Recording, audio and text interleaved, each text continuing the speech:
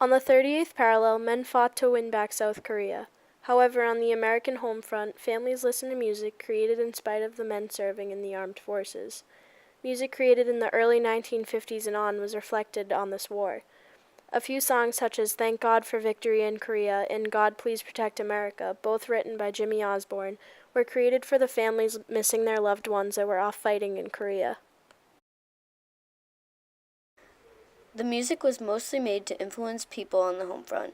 According to KoreanWarEducator.org, this war was not as known. This allowed the music to make the Korean War known on the home front. Though it was not very popular, it made Americans realize how important the Korean War actually was, as well as recognizing their victory.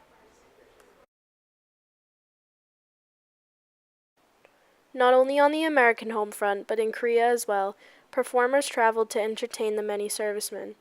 Organized by the United Service Organizations, in February of 1942, Marilyn Monroe flew to Korea to provide entertainment to the troops.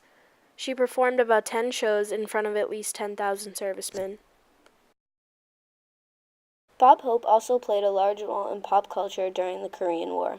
He was a comedian who traveled to Korea to entertain the servicemen. His most popular show was the Bob Hope Christmas Show. In the 1950s, Hope went to Korea to entertain the servicemen with many laughs and smiles. As you can see, the smiles on these servicemen's faces are priceless.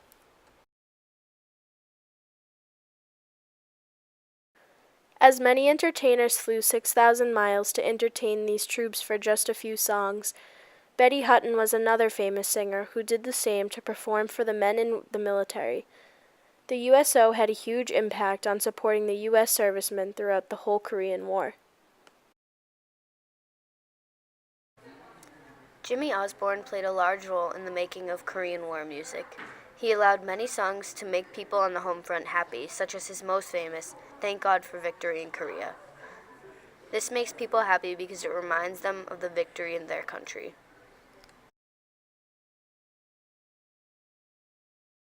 Some may say the Korean War didn't receive enough attention from movie makers and songwriters.